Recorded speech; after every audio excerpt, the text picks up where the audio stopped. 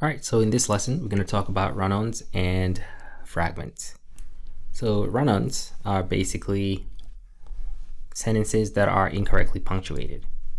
So to fix a run-on is pretty straightforward.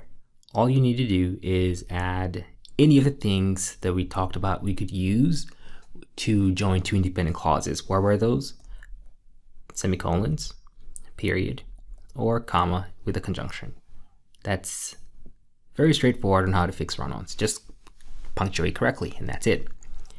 Fragments, on the other hand, you can think of them as being like a chain link, things connected together like that, but then a piece of it is missing, so that creates a fragment. So with that said, a fragment is something that is caused by an incomplete sentence. The sentence could be either missing a subject, a verb, or both. You can fix those by, well, adding what's missing, either the subject or the verb or anything that is missing. Now let's look at an example that's going to help us see how these questions are phrased on either the SAT or the ACT. This is question 16, so we should probably start reading from here and right over here. The couch and chairs, in keeping with the style of the time, are characterized by elegantly curved arms and legs. They are covered in luxurious velvet.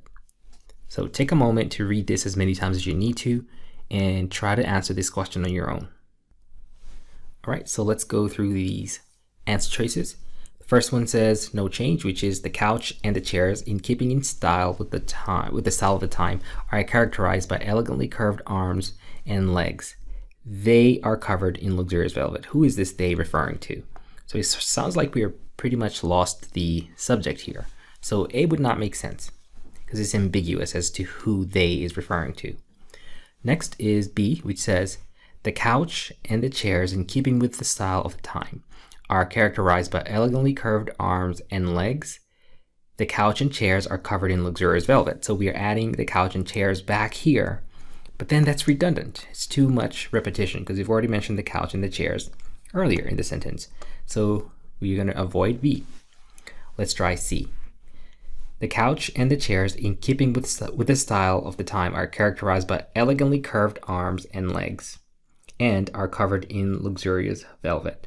This sounds like it's the right choice, mainly because there are two verb phrases, which are as follows. Are characterized is a verb phrase, and are covered is another verb phrase. Those two verb phrases are being conjugated by the word and correctly. So the couch and chairs, in keeping with the style of the time, are characterized by elegantly curved arms and are covered in luxurious velvet. So I would say C is the correct answer.